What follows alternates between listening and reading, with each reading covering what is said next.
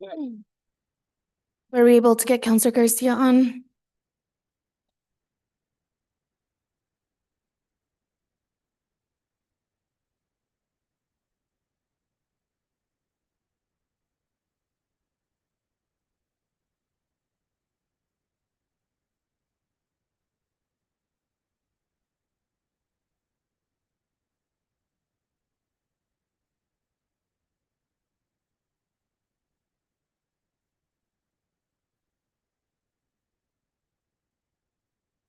We are live.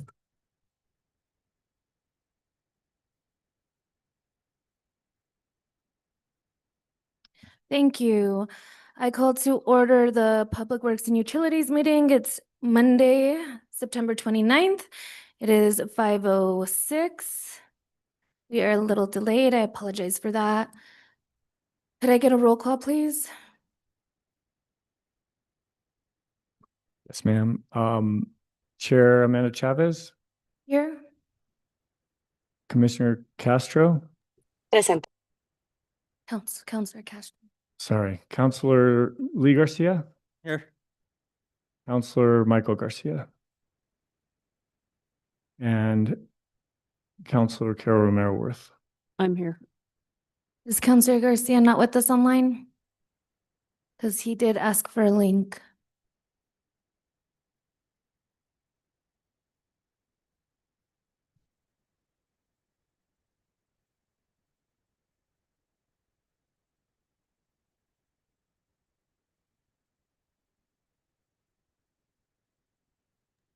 I don't believe he's in the Zoom room, Chair. He's not in the Zoom room? I don't think so, no. Right, well, I think we could still move forward. So Michael Garcia, Counselor Michael Garcia is planning to join us remotely, but maybe he was unable to after all, so he'll be excused.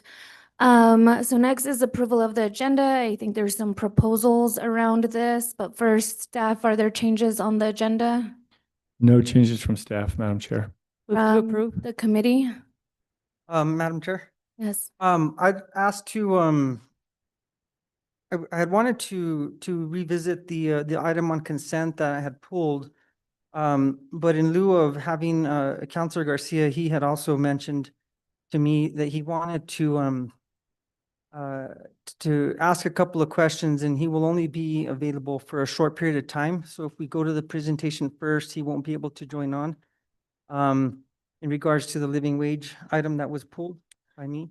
I'm not sure though he'll be able to join since he hasn't already, especially since he had 5:30. I don't know if we could just, but we could, I think that's fine. We only have that one item moved. We'll see if he comes after public comment. So you're proposing to arrange the agenda so that we hear items pulled off of consent prior to presentation? Yes. All right. Madam Chair, I think we Second. have to approve the agenda first, and then we have to pull the items off of the consent, and then we can move them around. But he's talking about the consent as a whole being discussed prior to. Right, the oh, item. but we could Okay. pull them, we can Yeah, pull them off that and then works. we can move them. All right, so we have a motion to approve the agenda. Do we have a second? Second. Okay, could I get a roll call vote, please? Chair Chavez, Yes. Counselor Castro, Yes. Counselor Lee Garcia, Yes. and Counselor Romero Worth. Yes, A motion passes. All right, so next is approval of consent. The only item pulled was item F. Is there any, move to approve as amended. I'll second, but I also would like to make a motion to hear that before we hear the presentation. I think first we should approve the consent agenda, and then you should make your motion to move it before the presentation. so we have a motion to approve consent as agenda as amended. Do we have a second? I heard a second from Counselor Garcia. Okay, so could I get a roll call vote, please? Chair Chavez, Yes. Counselor Castro, Yes. Counselor Lee Garcia, Yes. Counselor Carol Romero Worth. Yes, Motion passes. Thank you. All right. Thank you for our parliamentarian here. I Keeping us know, in line. she does. Also, Counselor Michael Garcia is saying that the link is being sent from September 15th meeting, which is expired of some sort.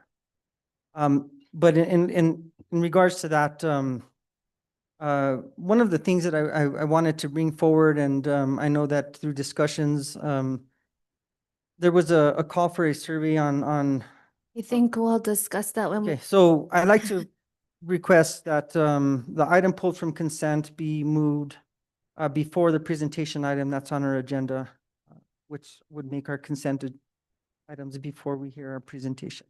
okay. And just to be clear, Counselor, you want it to go after public comment, but before presentations. That is correct. Okay, second. Okay, I have a motion and a second. Can I get a roll call vote, please? Chair Chavez, Yes. Counselor Castro, Yes. Counselor Lee Garcia, Yes. and Counselor Romero Worth. Yes. Right, motion passes. Next is public comment. Do we have anyone that would like to come up and speak on any items this evening? Nobody today. So we have no public comment. So we are going to move to our only item pulled off of consent, which is item F, consideration of bill number 2025-21, adoption of ordinance number 2025 to be determined, brought forward by Mayor Alan Weber, a bill amending SFCC 1987, section 28-1.5 living wage ordinance to increase the city's base minimum wage and update the formula for calculating the minimum wage annually. Rod Gould, Senior Advisor and Public Engagement Coordinator, is here with his team to discuss this with us, and I will turn it over to Counselor Lee Garcia, who pulled the item. Thank you, Madam Chair. The reason I pulled it and I wanted to bring it forth before this time is to request that the possibility of postponing the item until we get a report, a feasibility study that's being brought forth by the chamber, which reaches out to our small business community. And I think that that information would be very important to hear from our perspective before we start moving through the full committee process. And to see if it would be within the purview of this committee, council committee, Public Works, to postpone it until we get that information. But Mr. Gould, is that is something that is being worked through correctly? My understanding, based on, Madam Chair, Member Lee Garcia, my understanding from a conversation I've had third hand through the mayor and the president of the Chamber of Commerce is that it is running its own survey of its members of their views toward this proposed living wage increase. I don't know exactly when that survey will be complete. And our current survey has now 545 responses, and we will keep it open until October 10th, well before the council, the governing body, will consider this matter for a final decision. Thank you. And so I guess we don't have any information of specific timeline that the chamber was is anybody here that can answer to that? Madam Chair, Counselor Garcia, to the best of our knowledge, we do not know how long the chamber intended to run their survey. We could look into it.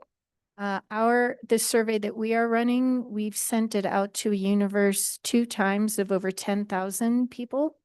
I believe the city clerk's office also sent it to their listserv. And then we also have had Food Depot volunteer their services as they hand out boxes to folks. They're also providing information about the survey. So today it's nearly 550 respondents. Okay, and that is on target to close on October 10th, you said? Yes. Okay, again, pushing through the committee process here and getting all information possible. I personally feel it would be wise to listen to what the business community has to say. I know we did hear from somebody that came to speak at public comment last governing body meeting. But I'd like to see what the other members of this committee have as far as input. Counselor Romero Worth? Thank you, Madam Chair. I don't know that we need to hold it here, though. We could move it forward without recommendation. You could vote it up, vote it down. You can abstain, if you feel like you can't make a decision without hearing from the business community.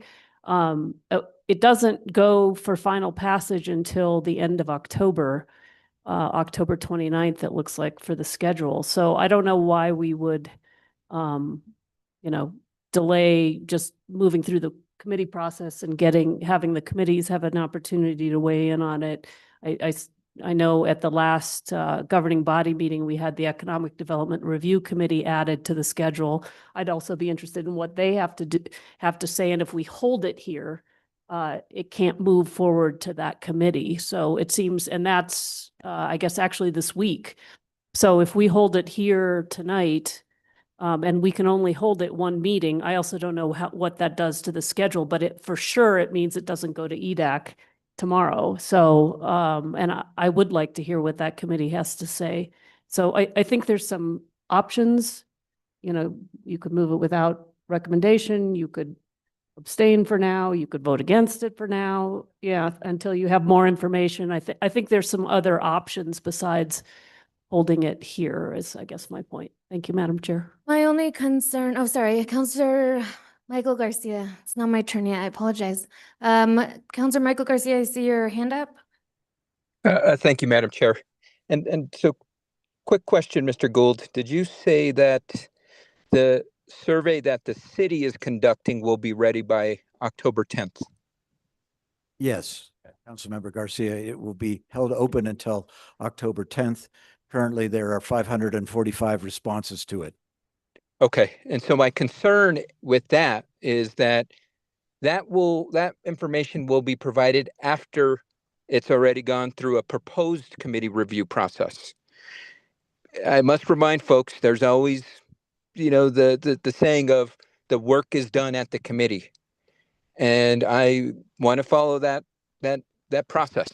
And so whether it's the city-led survey or the survey that the Santa Fe Chamber of Commerce is putting together themselves, I'm deeply interested in that because I want to ensure that we are fully representing our community business interests. We've got to remember, this is a proposal that will have an impact on business. On the onset, I am in support of such a proposal that's before us. But with that being said, I need to hear from the community and from business interest to ensure that we're moving forward with the appropriate process. And these committee review processes is the place to do it. Is there a reason, Mr. Gould, why this survey was not conducted in enough time to have the results through the committee review process? Madam Chair, Please. Councilor Michael Garcia, first of all, we had to introduce this legislation to determine whether or not there was sufficient interest on the part of the governing body to proceed. After you gave us that permission, we held a community meeting at the Southside Library involving over 50 people. We then held a remote meeting the next night involving another dozen. You had a public hearing last Wednesday that I think involved 20 speakers, and we released the survey 2 weeks ago and already have 545 responses. We can tell you the results of those 545 responses. We can summarize that for the committee tonight if that's of interest to you.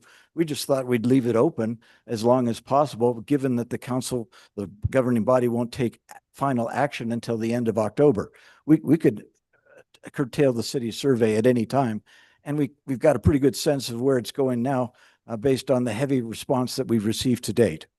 Right, but my concern with the city-led survey is it's not really reaching out to business; it's reaching out to constituents, not business. From hearings at the listservs that it went to, whether it was through the city clerk's office or through folks that were receiving services at Food Depot, those are the individual residential responses. Again, because this is a proposal that will have an impact on business, I strongly feel that we need to ensure that we're taking into consideration all perspectives. Again, I'm in support of this on the onset. I do have some questions, but I first want to have a holistic perspective of information being presented and provided.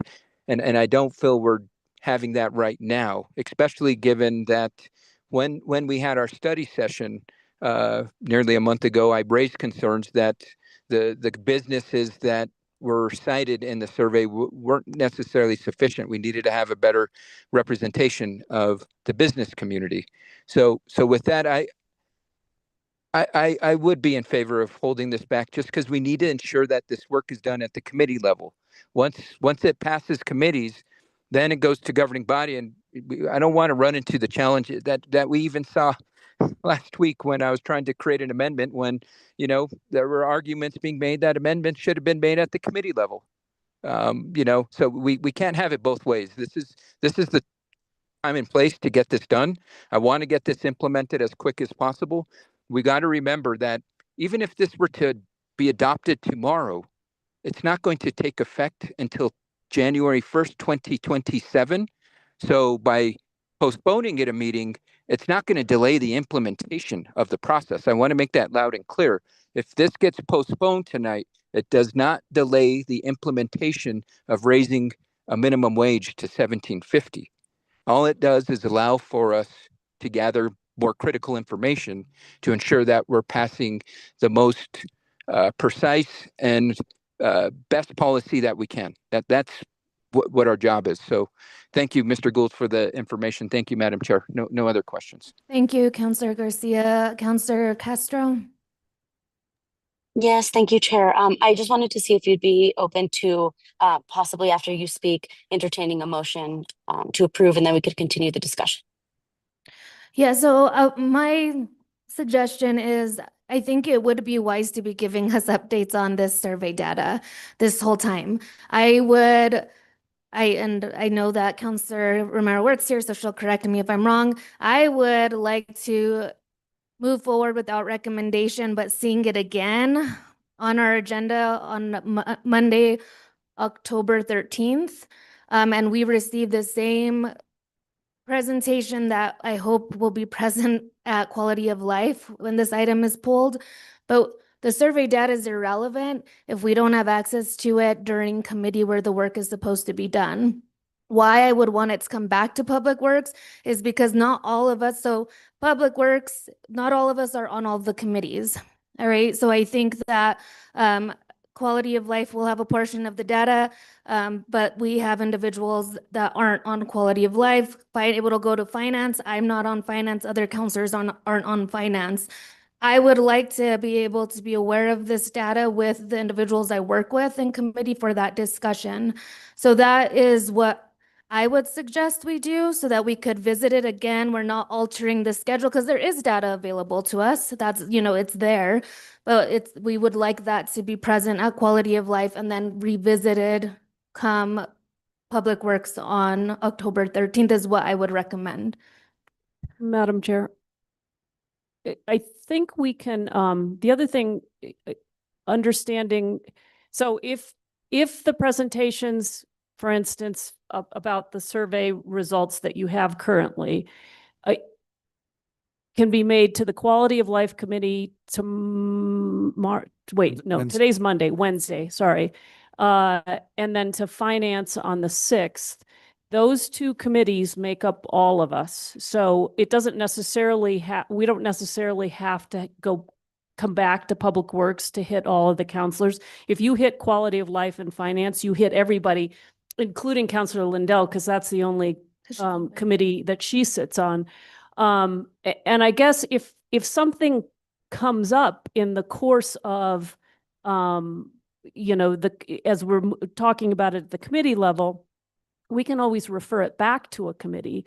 If, for instance, something comes up and we want to have amendments. I feel like it's a little early to be holding it now when we have this whole agenda, including EDAC on Wednesday night, which I actually would like to have EDAC walk in to weigh in. So I'm not sure I'd like to hold it here. I think you can get to all the committees. We can get all the processes. We can always refer it back if there are amendments that we feel like if the bill needs work, we can hold it at another committee, or we can refer it back to a committee before it goes to governing body on the 29th. So I just think this is a little early to be holding it here.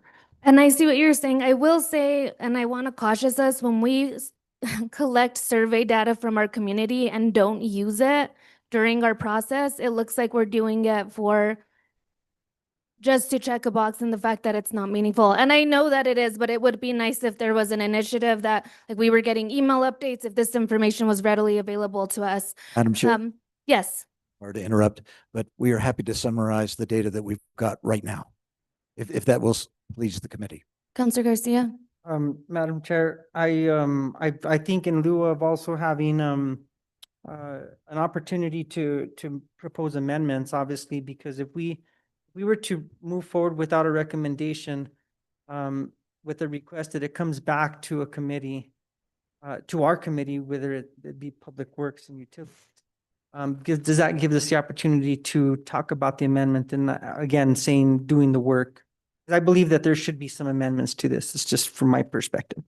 And so I don't think we can do that procedurally is the problem.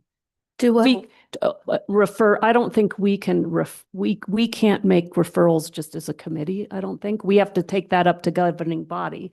Like, I think maybe we could take it next week to the governing body and say we want it to come back to Public Works, but just like Councilor Cassett did with the Economic Development Review Committee, she couldn't just on her own refer it, or as a chair refer it. Once it got to her, she had to have the whole body refer it. So I don't think we can add it. I understand that. Yeah. So I guess with that, I'd like to make a motion to postpone to the next Public Works and Utilities meeting if somebody else would second. Second. We have a motion. We have a second. Can we get a roll call vote, please?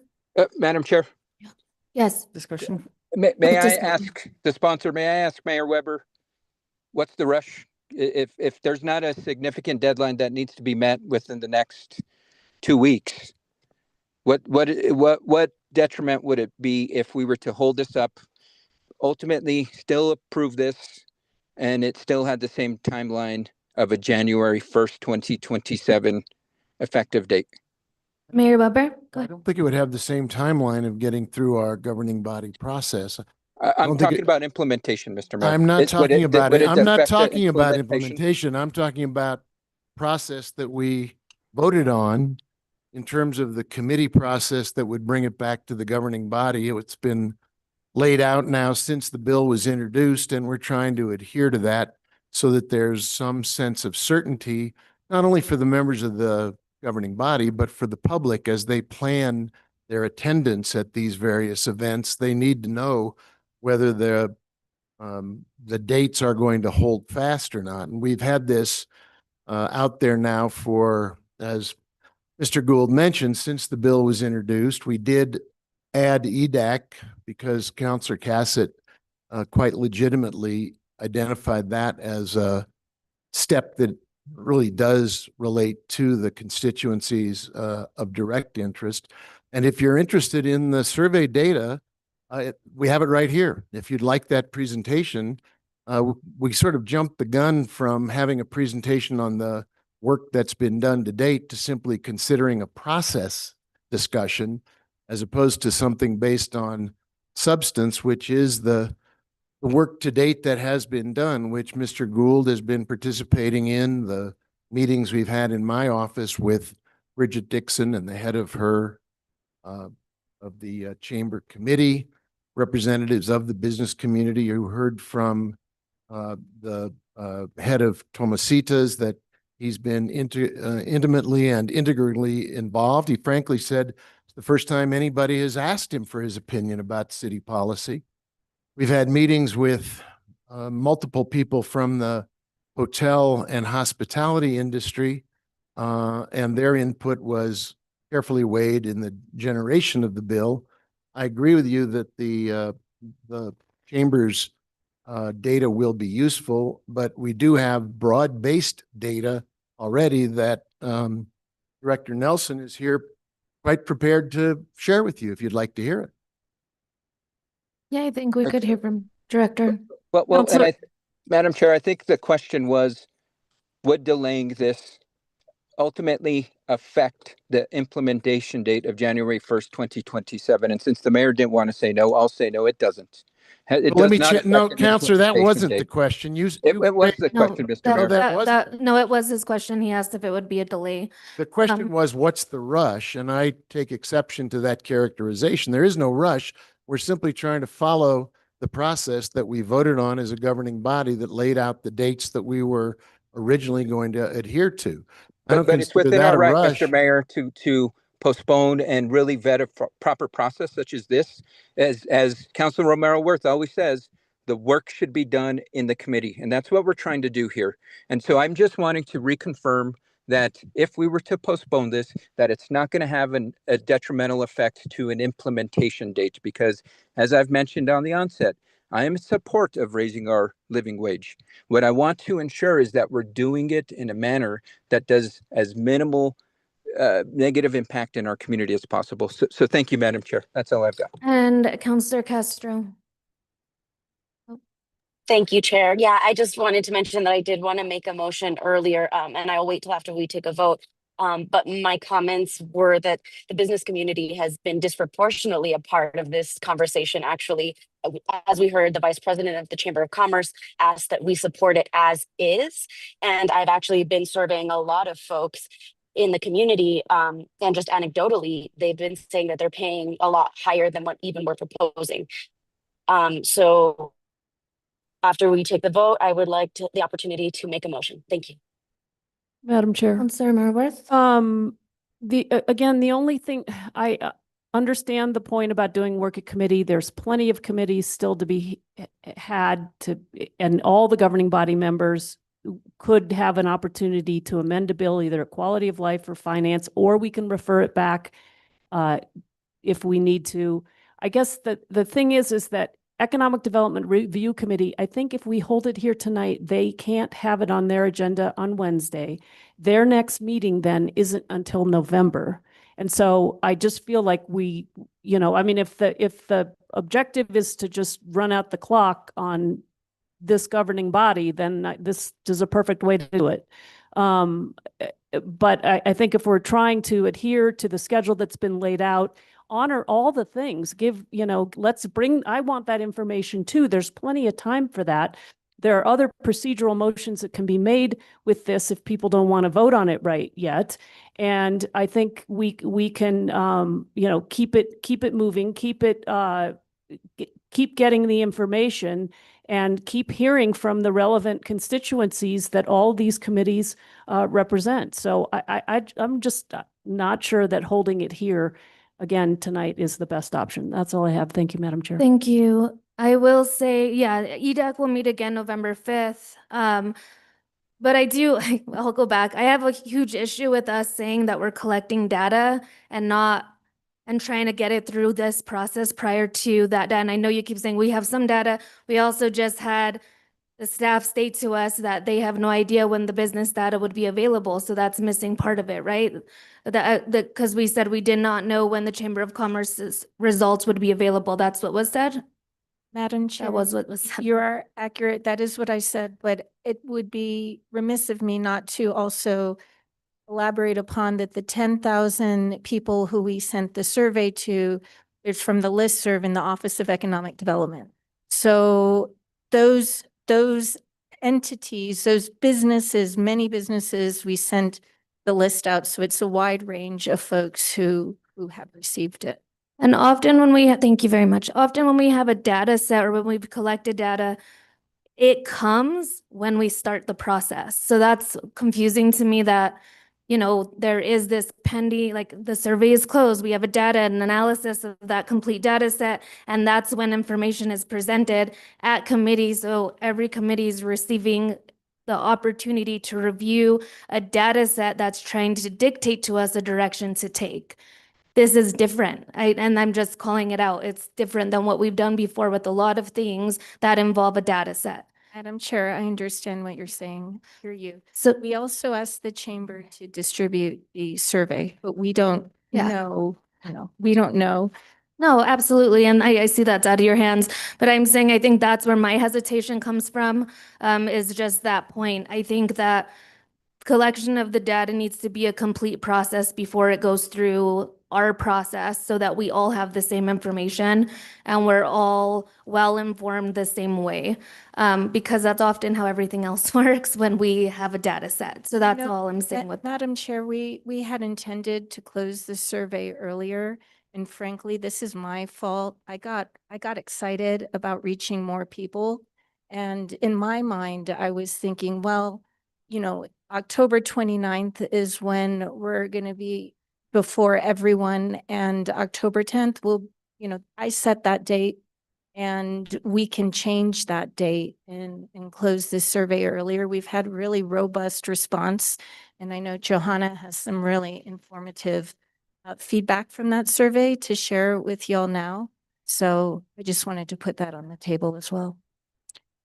And I will leave it up to the committee if they'd like to see that presentation. I myself, I think all information's good. I do still kind of stand by. I would love a complete analysis of the data we receive. Everyone's given the opportunity to fill out the survey. Everyone's voice is, we're creating an opportunity for every voice to be heard, and we're receiving that information as decision makers the same way is what I'm comfortable with. But I don't know if there's any other feedback. Counselor Garcia? Madam Chair, I don't have anything else. I just, I do feel that, in order for us to propose any kind of amendments, the data won't be here before the opportunity to propose any kind of amendments would be at the committee level at finance, and not everybody sits on finance. And so, with that, I believe that, this would be the only way to do more work at the committee level in the case that any one of us would like to propose any kind of amendments. So with that, I'll call the question, Madam Chair. All right, so can we get a roll call vote, please? Again, we have a motion to postpone this. Wait a minute. He called the question. He needs a second. I believe I have a motion and a second to postpone. Is that different? Yeah, but he's calling the question, so he needs a second in order to call the question. Second. All right, now we have to vote on that motion. And to be clear, motion So- to postpone this, No, okay. sorry. So to call the question means we're Ready to vote. ready to vote. So now you have to take the roll on that motion about whether the committee is, as a group, ready to vote. And that motion has to pass first. And then you go back to the substantive motion on postponing. Actually, it's not that substantive, the other procedural motion. Understood. Thank you. On the call to question, Counselor Romero Worth, No. Counselor Michael Garcia, Yes. Counselor Lee Garcia, Yes. Counselor Amanda Chavez, Yes. Counselor Alma Castro. Yes. Okay, motion passes. So now we Now you move. go directly to The roll motion. call on the motion to postpone, or, yeah. Okay, on the motion to postpone, Counselor Romero Worth, No. Counselor Michael Garcia, Yes. Counselor Lee Garcia, Yes.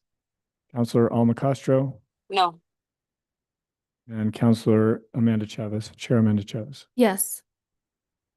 Motion passes. Thank you so much for being here. All right, now we are done with consent. We're gonna move back to presentation. So we now welcome our presentation. Thank you so much for being patient with us as we went through that process. We have Water Division using dashboards to work smarter. Steve Schultz, Water Resource Coordinator, here with us. Welcome.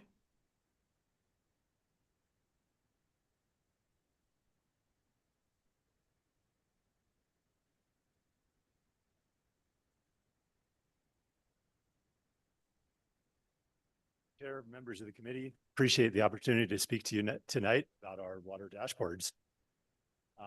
So I'll start by just explaining what a dashboard is, and then I'm going to go through some examples of the benefits they've provided us. They're listed here. I'm going to go into more detail in the forthcoming slides.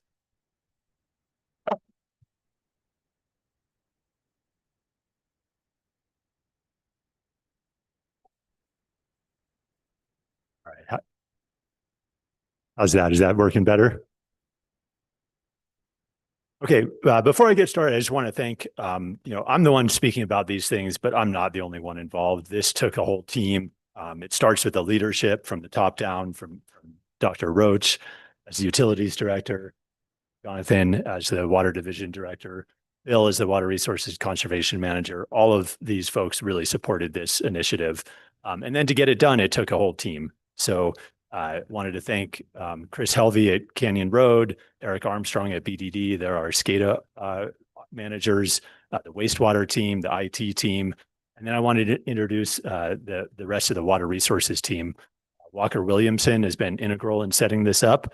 And we have Levi Newell, a new hire, who will become integral in using the dashboards. So thank you to everyone involved. So let's start by what is a dashboard? A dashboard is an interactive display page that rolls up large data sets into simple interactive visualizations. Really, it just allows easy access to the data for us to support our decision making. These things are accessible via a web browser, and they're always up to date. That's the really great thing about these. So how does that work? This is a diagram here that kind of shows all the different types of data we use. In water resources. We use data from Bureau of Reclamation, from the state engineer, USGS, goes down the line. We also use our own data that we collect through the SCADA systems. Every night in the middle of the night, there's some scripts that run, shoot these data out to a cloud database, and then this software program called Power BI brings it back onto a web page for us to view. So I mentioned a lot of benefits. So the following slides, each one will show one specific example of a benefit that these have provided. But in summary, you'll see these are really big benefits. It increases our efficiency, reduces our staff time. It improves data-driven decision-making, both in the near term and long-term planning. We've improved interdepartmental collaboration using the dashboards. They've been supporting water conservation, permit compliance and reporting, regional collaboration, and public transparency. So the old way, right, is if we want to look at a plot like this, and I'm not going to go into the details of these figures that I'm going to show here, but if we wanted to look at, this one is inflow to McClure Reservoir. So in the past, if we wanted to look at something like this, we need to spend an hour, 2 hours going out, pulling the data, putting it in a spreadsheet, copying formulas, all this stuff. And then immediately it's stale. We want to do it again next month, got to repeat that whole process. And this goes down the board for us. An hour or two, not a big deal here or there, but it all adds up. So the new way is we're not spending time doing that anymore at all. We're spending time understanding the data, what it means, and supporting our decisions. A key place this is shown up, we have weekly meetings on Tuesday mornings across the water division to plan our operations for the week, as well as touch on any other recent topics. And I know that Jesse has mentioned this in past meetings. The past in those meetings, these operations meetings, there's some experts that have sort of a feel for things, but may not know the exact data. So we're sort of going on feel a lot. Now, in these meetings, 2-3 times per meeting, we end up pulling up the dashboard to answer a question that comes up. This particular question, this particular example shows a question that came up a couple of weeks ago of, well, we have high water demand now, when's it going to drop off? So we can just quickly plot up, the past few years and see that demand drops off pretty soon, but it kind of depends on the weather, maybe a few weeks, maybe late October. The next benefit I'm going to talk about is interdepartmental collaboration. So this is a page that we're collaborating with Parks on. So, we have the data from all of our water meters go to the app Ion Water that I'm sure you've heard about. It also comes to us, and we can connect that to the parks, and we can get this visual page of showing how much water the parks are using. I also mentioned, so needless to say, our biggest parks, Franklin Miles and Regal Park are the ones that use the most water, but they're the biggest. So I mentioned that these things are interactive. You can see these drop-down menus up at the top. You can really interact with these pages, and you can go in there and say, well, wait, let's not look at total water. Let's look at water per area of irrigation. And then the results look very different. So you can then see where we have less efficient parks with a higher water use per irrigated area and the more efficient parks. So it turns out that Franklin Miles and Regal Park are actually quite efficient, despite being large parks using more water. For water conservation, we've used this dashboard again with the interactive feature. We connect those meters to the parcels that they serve. And so that allows us to interact with the data again. We can use this filter up here, look only at apartment buildings. We can select our date range that we want to look at, and then we can sort, and we can get this, little diagram over here that we can just pick on find the highest per unit usage apartment build complex. So that's being used for conservation to help evaluate where to do some retrofit programs, potentially. This one's not the prettiest slide, but it's maybe the one that has provided the most benefit to date. For BDD reporting, BDD reporting in the past has used a very complex spreadsheet that not a whole lot of people understood. It was very time consuming. It was error prone. Now all automated. These are the reports that go to the state engineer each month, and we spend our time reviewing them, what they mean, not time developing them and bringing data in from different sources. So that's been a real, a lot of these are multi-benefit, right? This is really an efficiency and accuracy benefit as well. I'm going to skip over, in the interest of time, these groundwater ones. I'll just say in summary, I'm a groundwater person, so I was kind of jazzed up on getting these in here. We're getting a lot smarter on the aquifer and how, which is basically supporting our understanding of long-term sustainability. In the process, we're also collaborating regionally with this setup. Now we're going to be, not quite yet, but in the next few weeks, we're going to be pushing our monitoring data, our groundwater monitoring data, out to the state's New Mexico Water Data Initiative website. And so that's what the state has stood up for: transparency, ease of access, a one-stop shop for going to get data on groundwater. And the last benefit I wanted to highlight was public transparency. Now, this one is for wastewater, but it's leveraging the dashboards that we developed in water because we use the wastewater data as well. This is available on our website right now, on the wastewater website. There's a link to reclaimed water data, and it's showing near real time, as soon as the data come in, what the E. coli values are of the effluent going to the lower Santa Fe River. So just in recap, we're working smarter and we're working more efficiently because of this.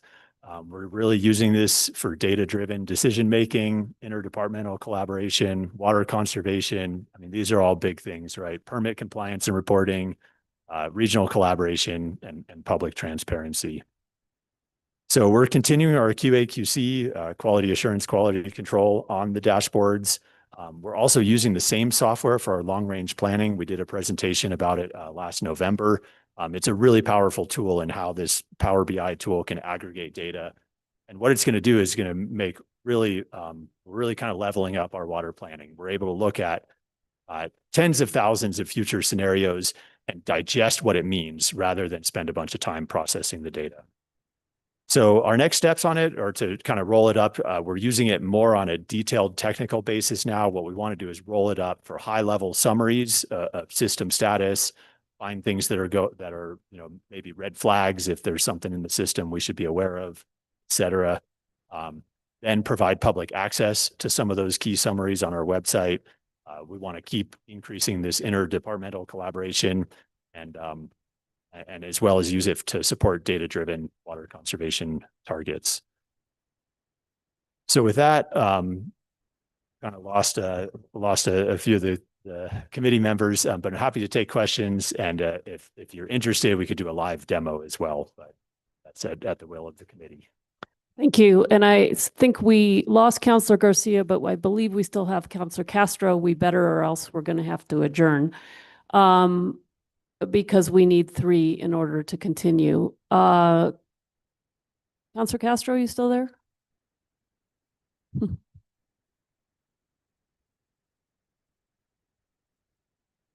Okay.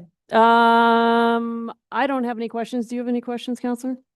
No, and I thank you for, I just want to make a comment. Thank you for the data. This is very intricate. I think it's really important that we are all in tune with this because it's such a important deal for our city and for our future. And so thank you guys for the work that you do in regards to providing true data that we can follow. And I think the more we continue to do this, because the question that everybody has is, where does the water come from? Well, you can tell them with this type of information. It's coming from here, it's coming from there, it's coming from different places, and we're able to sustain this by tracking it. It's not just one, we're just not digging a hole and pulling water out of the ground. It's pretty intricate, and so there's a lot to it. I just want to say thank you for this actual information. Yeah, and I'll just echo that. I've heard these presentations, both your pieces of this that you've done to the with the community and the Water Conservation Committee. And I think it's also going to be really important for making policy choices, as you sort of alluded to, especially with the conservation work and with all the planning that we have going at different levels and in different aspects. So this is very exciting. I also just want to say that the wastewater data, really important. We didn't have that, and I believe we were manually emailing it to a nonprofit that was putting it on their website. So I'm glad to see the city stepping up and putting that information directly on our own websites. That's absolutely what we should be doing. And so really glad to see all this work coming together into one place. Unfortunately, I think we're going to have to leave it there because we have lost a quorum. And so I don't even think, I mean, we didn't have anything else. I'm just going back to our agenda. Yes, Counselor. Thank you. Does that, I mean, even though we don't have a quorum, we still hear a presentation if there are members of the public that are watching on Zoom? Well, we don't have anything else. So I think we just need to end this here. So we're not going to go through the rest. We still had matters from staff, matters from the committee, matters from the chair. And but this was the last substantive thing we had. So we are adjourned. Thank you, everybody.